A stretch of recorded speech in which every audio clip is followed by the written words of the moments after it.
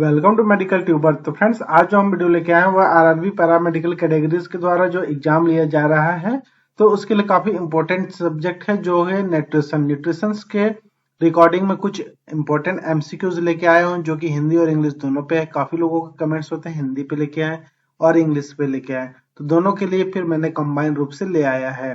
तो चलिए फ्रेंड्स, देख लेते हैं बिना समय गवाए। और अगर आप मेरे चैनल पर नया है तो चैनल कर लीजिए सब्सक्राइब और बेल बटन के ऑल नोटिफिकेशन को जरूर क्लिक करें ताकि मेरे वीडियो के ऐसे नोटिफिकेशन आप तक आसानी से पहुंच सके और आप एग्जाम्स की तैयारी और बेहतर कर सको। तो पहला क्वेश्चन है, कौन सा पोषक तत्व शरीर में ऊर्जा का मुख्य स्रोत होता है? Which nutrients is the primary source of energy for the bodies? Option number A protein, B वसा, C carbohydrate and D vitamin. तो इसका जो करेक्ट आंसर है वह answer number A C carbohydrates. Carbohydrates जो होता है वो ऊर्जा का मुख्य स्रोत होता है। कार्बोहाइड्रेट्स शरीर के लिए त्वरित ऊर्जा प्रदान करते हैं जो कि ऊर्जा का मुख्य स्रोत होता है। और अगर इसमें से क्वेश्चन आता है कि सबसे अधिक पोषक तत्व कौन सा पोषक तत्व होता है जिसमें सबसे अधिक ऊर्जा होती है, तो सबसे अधिक जो ऊर्जा होती है वह फैट पे होती है। सबसे अधिक 1 ग्राम फैट से 9 किलो कैलोरीज होते हैं, वहीं प्रोटीन और कार्बोहाइड्रेट से 4 किलो कैलोरीज होते हैं 1 ग्राम में। तो इसलिए इसका जो करेक्ट आंसर आता है वो फैट आता है। तो इस तरीके से क्वेश्चन नंबर फर्स्ट का आंसर है कार्बोहाइड्रेट्स। और जो मैंने आपको बताया कि सबसे अधिक ऊर्जा किस पोषक तत्व में पाई जाती है, तो वो होती है वसा। एक क्वेश्चन में 2 क्वेश्चन बन चुके हैं फ्रेंड्स, तो आप दोनों को ध्यान पे रखेंगे, अलग अलग है, कंफ्यूज नहीं होना है।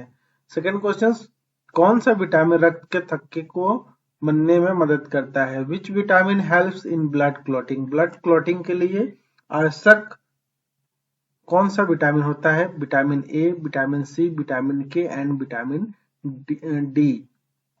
करेक्ट आंसर है विटामिन के। विटामिन के जो होता है रक्त के थक्के बनने की क्रिया में बहुत महत्वपूर्ण निभाते हैं, बहुत महत्वपूर्ण अपना भूमिका निभाते हैं, तो इसलिए इसका करेक्ट आंसर है विटामिन के।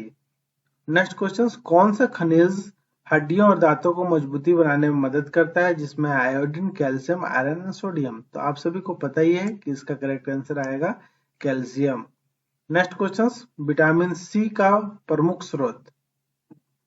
तो विटामिन सी का सबसे जो प्रमुख स्रोत होता है वह होता है, ऑप्शन है दूध, संतरा, चावल, मछली। तो इसमें से जो खट्टे फल होते हैं जैसे कि विटामिन सी का नींबू, संतरा, ये सभी जो होते हैं इसके स्रोत होते हैं। अब इसमें अगर क्वेश्चन आएगा सबसे अधिक विटामिन सी पाया जाता है तो किसमें पाया जाता है, तो ये होता है आंवला। तो फ्रेंड्स, ये जो आंवला होता है इसमें सबसे अधिक हमारा जो होता है विटामिन सी पाया जाता है। इसके बाद संतरा के बाद नींबू, सबसे पहले आंवला, सेकेंड में नींबू, इसके बाद संतरा। तो सबसे अधिक विटामिन सी पाया जाता है वह होता है आंवला में। और इसका जो नाम होता है विटामिन सी का नाम एस्कॉर्बिक एसिड है। और यह इसकी कमी से होने वाले जो डिजीज होते हैं वह होता है रतौंधी।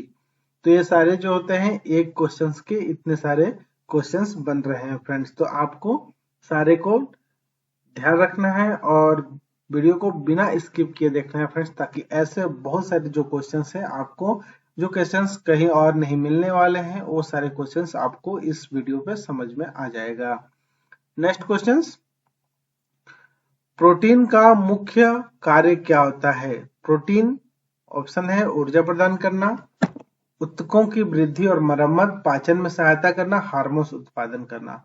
तो ये जो कार्य करती है वो सभी कार्य करती है, किंतु ऊतकों की वृद्धि और मरम्मत होता है यह इसका मुख्य कार्य होता है। तो यहाँ हमारा मुख्य कार्य पूछा गया है, इसलिए correct answer number is B आ जाएगा। नेक्स्ट क्वेश्चन नंबर 6, कौन सा वसा अम्ल आवश्यक फैटी एसिड है? Oleic acid, linoleic acid, palmitic acid and stearic acid. तो इसका जो करेक्ट आंसर होता है वो होता है लिनोलिक जो एसिड होता है वह वसा अम्ल जो आवश्यक फैटी एसिड होता है जो कि शरीर स्वयं नहीं बना सकता है। नेक्स्ट क्वेश्चन, कौन सा विटामिन सूर्य के प्रकाश से प्राप्त होता है? Vitamin A, vitamin B12, vitamin C या फिर विटामिन डी? तो इसका जो करेक्ट आंसर है वह है विटामिन डी जो होता है सूर्य के प्रकाश से आने वाले से त्वचा विटामिन डी का उत्पादन करती है। नेक्स्ट क्वेश्चन, आयरन की कमी से कौन सा रोग होता है? आयरन अर्थात लोहे की कमी से स्कर्वी, रिकेट्स, एनीमिया या फिर गोइटर? तो इससे होता है एनीमिया।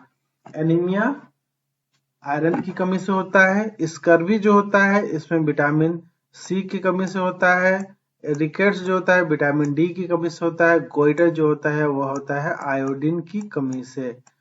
आयोडीन जो होता है उसकी कमी से गोइटर या फिर जिसको घेंघा रोग कहते हैं। तो इस तरीके से आयरन की कमी से एनीमिया होते हैं। नेक्स्ट क्वेश्चन, कौन सा पोषक तत्व पाचन में सहायता करता है लेकिन ऊर्जा प्रदान नहीं करता है? ऑप्शन है विटामिन, खनिज, फाइबर, पानी। तो इसका करेक्ट आंसर है फाइबर।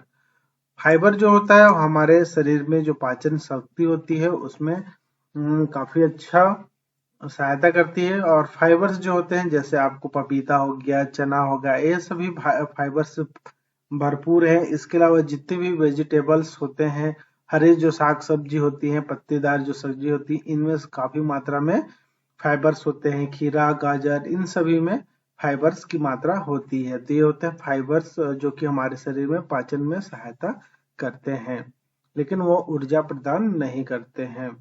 नेक्स्ट है, कौन सा विटामिन एंटीऑक्सीडेंट्स के रूप में कार्य करते हैं? एंटीऑक्सीडेंट के रूप में कार्य करने वाले vitamin A, D, E and vitamin के है। तो ये इसका करेक्ट आंसर है ई, एक एंटीऑक्सीडेंट्स जो कि कोशिकाओं को मुक्त कणों से होने वाले नुकसान को बचाता है।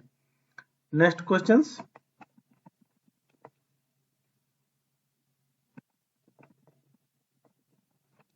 कौन सा खनिज थायराइड हार्मोन्स के निर्माण में मदद करता है?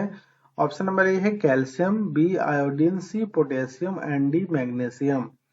तो आप सभी को पता ही होगी कि थायराइड हार्मोन्स की कमी से थायरॉक्सिन नाम का जो हार्मोन्स उत्पन्न नहीं होता है और उस थायरॉक्सिन में आयोडीन की कमी से नहीं होता है और उस आयोडीन की कमी से थायराइड हार्मोन्स नहीं होने के कारण यहाँ हमारा गोइटर अर्थात घेंघा रोग होता है। तो इसलिए इसका जो करेक्ट आंसर है वह आंसर नंबर आ जाएगा हमारा बी। आयोडीन थायराइड हार्मोन्स के निर्माण के लिए काफी आवश्यक होता है। नेक्स्ट क्वेश्चन, विटामिन B12 का मुख्य स्रोत क्या है? फल, सब्जियां, डेयरी उत्पाद या फिर अनाज?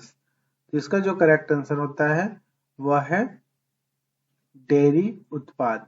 विटामिन बी जो 12 होते हैं उसके लिए जो विटामिन B12 पशुओं के उत्पाद जैसे डेयरी में पाया जाता है, ये सभी विटामिन B12 का मुख्य स्रोत होते हैं। नेक्स्ट क्वेश्चन, कौन सा पोषक तत्व शरीर में जल संतुलन बनाए रखने में मदद करता है? Sodium, protein, vitamin C and fibres. तो इसका जो करेक्ट आंसर होता है फ्रेंड्स वह answer number is A, sodium. Sodium जो होता है जल के संतुलन को बनाए रखने में काफी मददगार होते हैं जो कि रक्तचाप और द्रव संतुलन को नियंत्रित करने में मदद करते हैं। कौन सा विटामिन दृष्टि के लिए बहुत ही महत्वपूर्ण है? Vitamin A, B, C and D. तो इसका करेक्ट आंसर है विटामिन ए जो आंखों की रोशनी को बनाए रखने में मदद करता है। इसकी कमी से रतौंधी रोग होता है जो कि विटामिन ए और विटामिन ए गाजर और पीले फलों पे पाया जाता है। नेक्स्ट, कौन सा खनिज रक्त में ऑक्सीजन परिवहन करने के लिए बहुत ही महत्वपूर्ण होता है? तो ऑक्सीजन के साथ बंध बनाने का कार्य कौन करता है? Calcium, iron, zinc and magnesium. तो जो आयरन होता है हीम एंड ग्लोबिन, हीमोग्लोबिन जो मिला होता है हीमोग्लोबिन, इसके माध्यम से ऑक्सीजन बंध बनाता है। तो इसलिए इसका जो करेक्ट आंसर होता है वो है बी, आयरन। आयरन जो होता है हीमोग्लोबिन का मुख्य घटक होता है जो ऑक्सीजन के साथ परिवहन करता है या बंध बनाकर परिवहन करता है। तो एक जो होता है आयरन से 4 ऑक्सीजन के अणु होते हैं ज्वाइंट। नेक्स्ट क्वेश्चन, कौन सा विटामिन घाव भरने में मदद करता है? A vitamin B12, vitamin C and vitamin D. तो जो विटामिन सी होता है वह हमारे घाव को भरने में मदद करता है। Next question, omega 3 fatty acid का मुख्य स्रोत कौन सा होता है? चिकन, मछली, पनीर या फिर सेब? तो इसका करेक्ट आंसर आएगा बी, मछली। मछली विशेषकर सैल्मन और मैकरल ओमेगा 3 फैटी एसिड्स के अच्छे स्रोत होते हैं। नेक्स्ट क्वेश्चन, कौन सा पोषक तत्व शरीर में ऊर्जा का भंडारण का मुख्य रूप होता है? ऑप्शन नंबर फर्स्ट है प्रोटीन, कार्बोहाइड्रेट, वसा एंड विटामिन। तो इसका जो करेक्ट आंसर होता है फ्रेंड्स, जो भंडारण के रूप में होता है वो हमारा फैट होता है। जो एक्स्ट्रा हमारा बच जाता है वह फैट का निर्माण करता है। वसा शरीर में ऊर्जा का मुख्य भंडारण रूप है जो कि दीर्घकालिक ऊर्जा प्रदान करता है। नेक्स्ट क्वेश्चन, कौन सा विटामिन रक्त में कैल्शियम के स्तर को नियंत्रित करता है? Vitamin A, vitamin B, vitamin C and vitamin D. तो इसका जो करेक्ट आंसर होता है वह होता है विटामिन डी, जो कि आंतों में कैल्शियम के अवशोषण को बढ़ाता है और रक्त में इसके स्तर को नियंत्रित करता है। इसलिए विटामिन डी काफी जरूरी है कैल्शियम के अवशोषण के लिए, और इसलिए आपको प्रतिदिन मॉर्निंग में धूप में भी बैठना आवश्यक होना चाहिए। जिससे क्या होगा, आपके शरीर पे जो एक्स्ट्रा विटामिन, जो एक्स्ट्रा कैल्शियम रहेंगे वो आपके शरीर से बाहर अवशोषण हो जाएंगे या फिर वो आपके बॉडीज पे लगेंगे। तो कब? जब आपके बॉडीज पे विटामिन डी की उपस्थिति होगी तब। नेक्स्ट क्वेश्चन, कौन सा खनिज मांसपेशियों के संकुचन और तंत्रिका संचारण में भूमिका निभाता है? Sodium, potassium, calcium, magnesium. तो कैल्शियम जो होता है मांसपेशियों के संकुचन और तंत्रिका संचारण में महत्वपूर्ण भूमिका निभाता है। तो इसलिए इस तरीके का क्वेश्चन जो होता है वो और आपको कहीं नहीं मिलने वाला है। तो मिलेंगे नए वीडियो के साथ, तब तक के लिए जय हिंद, जय Bharat. Thank you for watching. अगर आप मेरे वीडियो को पसंद आए तो चैनल को सब्सक्राइब कर जरूर जाना। Thank you, have a good day. जय हिंद, जय भारत, जय श्री राम।